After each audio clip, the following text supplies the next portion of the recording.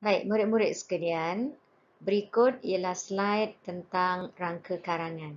Suka cikgu mengingatkan murid-murid, apabila kita mula ingin menulis sebuah karangan, agar karangan itu berkualiti, tepat dan kurang kesalahan, kita wajar membina rangka karangan. Rangka karangan ni ialah draft karangan.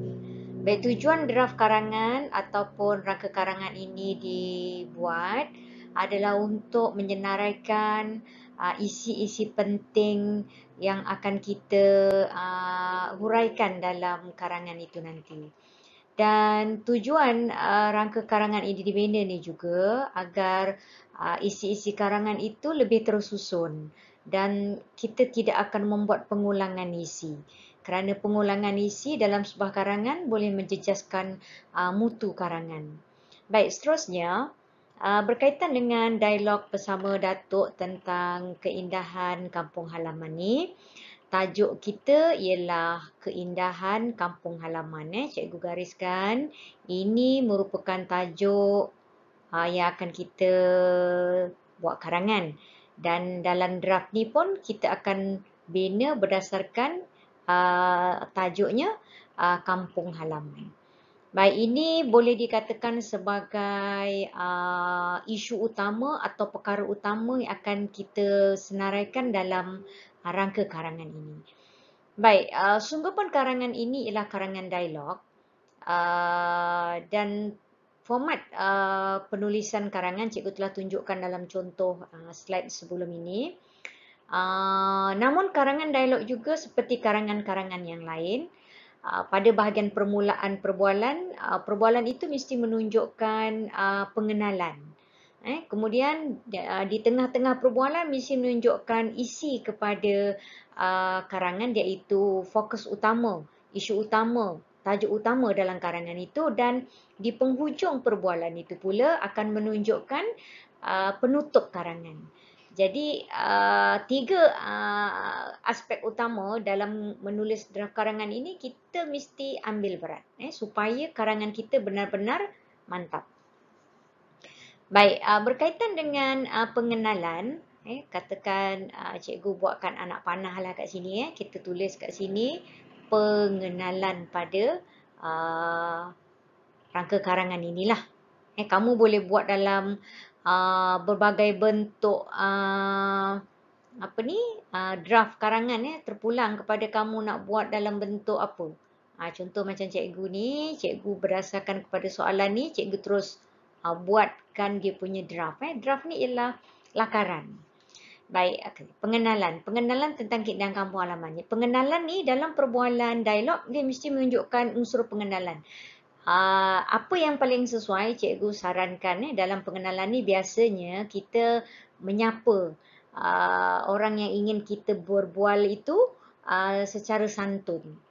Contohnya kalau kamu berbual dengan kawan lah, mungkin soalan mengatakan tulis perbualan kamu bersama rakan sewaktu pulang daripada sekolah. Mungkin begitulah. Jadi perbualan kamu tu pada peringkat permulaan mesti menunjuk kamu menyapa rakan kamu itu dengan santun. Contoh dengan memberi salam, ucapan salam sejahtera atau sebagainya. Jadi dalam perbualan dengan datuk pun macam tu. Contohnya mungkin datuk kamu sedang menyapu sampah ke kan. Kamu tiba-tiba datang, takkan tiba-tiba kamu datang, datuk bagaimana tentang keindahan kampung halaman? Dia tak cantik lah karangan seperti itu. Jadi dia mesti langkah demi langkah. Sapaan tu secara sopan. Contoh, jadi kita draftkan di sini, pengenalan ni ialah sapa. Kita tulislah di sini sapa. Sapa datuk, datuk lah maksudnya. Sapa dengan sopan. Mungkin, cikgu tulis dululah kat sini. Sopan, Sapa dengan sopan. Susah juga ni tulis pakai laptop ni. Tapi harap kamu faham, Sapa sopan. Maknanya mungkin beri ucapan. Atau kat sini kamu slash untuk lebih faham kan, ucapan. Okey, contohnya kamu jumpa datuk kan, pagi-pagi datuk mesti dah bangun tidur.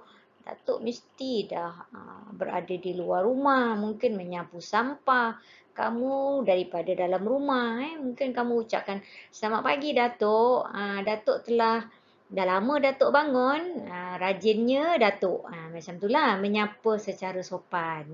Jadi Datuk kamu pun akan menjawab sapaan kamu itu. Mungkin kamu nama Faris. "Hai Faris, selamat pagi. Macam mana tidur semalam? Lena ke kamu tidur?" Macam itulah. Barulah seterusnya nanti kamu akan cerita tentang tajuk keindahan kampung halaman ni macam mana. Okey. Jadi peringkat pengenalan ni, cikgu harap kamu faham. Maksud yang cikgu sampaikan sini, siapa sopan, mungkin contoh dalam memberi ucapan. Okey, harap tak ada masalah untuk bahagian pengenalan ini. Nanti kita sambung seterusnya. Pada slide berikut ialah isi ucapan yang seterusnya. Isi dialog yang seterusnya. Seterusnya, mari kita bincangkan isi-isi bagi rangka karangan dialog ini. Baik, sebagaimana tadi slide yang sebelumnya kamu telah melihat pengenalan. Untuk menulis isi, murid-murid perlu menulis isi-isi yang ada unsur wacana lah. Unsur wacana ni membawa maksud ada perkaitan dengan apa yang diperkatakan dalam pengenalan tadi. Di sinilah murid perlu kreatif. Dalam perbualan tadi, dalam pengenalan, mungkin tadi kamu ada bertanya pada Datuk kan, apa Datuk buat. Datuk pun tanya kamu, seronok tak tinggal di kampung. Dekat sini dah mulalah unsur wacana tu. Kamu pun bertanya pada Datuk tentang perasaan dia sejak tinggal di kampung ni macam mana. Itu dah menunjukkan ke arah isi tu. Jadi di sini cikgu senaraikan sebagai isi yang pertama. Isi satu ni ialah Datuk mesti akan jawab. Dia berasa tenang, aman, damai. Inilah tentang keindahan kampung. Jauh daripada hiruk pikuk bandar, kebisingan kenderaan, bunyi horn, bunyi-bunyi kerja binaan dan sebagainya. Jadi bersoal jawablah kamu di sini tentang isi ini. Penyataan satu isi, nanti kamu huraikan dua huraian. Seterusnya isi yang kedua. Isi yang kedua mesti kamu bertanya lagi pada Datuk. Apa lagi Datuk yang menyebabkan Datuk rasa seronok tinggal di kampung? Datuk pun mesti menjawab. Masyarakat yang prihatin dan hubungan yang sangat rapat berbanding di bandar. Di bandar ramai orang sibuk bekerja, balik ke rumah menguruskan hal peribadi, tak sempat tanya jiran-jiran sebelah, tapi berbeza di kampung. Okey. Seterusnya isi yang ketiga. Datuk pun mesti menambahkan maklumat untuk perbualan tu nampak yang dia mengatakan bahawa kampung ni indah, seronok kan. Kos sara hidup sangat menjimatkan. Orang kampung ni dia biasa memiliki tanah lah, sebidang tanah. Di keliling rumah tu banyak tanah. Kalau bandar ni dia atau rumah pangsa, dia tak ada tanah kan. Jadi Datuk mesti akan jawab, kos sara hidup sangat menjimatkan. Datuk bercocok tanam, sayur-sayur ditanam ni nampak hijau, segar, dan Datuk tak pernah pun pergi ke pasar membeli sayur-sayuran. Sebaliknya dia menggunakan sayur-sayuran yang ditanam. Jadi di sinilah 3 isi yang dapat cikgu senaraikan dan cikgu cadangkan bagi melengkapkan. Dan yang terakhirnya, mari kita lihat rangka karangan bahagian penutup karangan. Baik, dalam menghasilkan sebuah karangan, di awal tadi cikgu ada sebut karangan mesti mempunyai unsur pengenalan, isi penting dan juga penutup.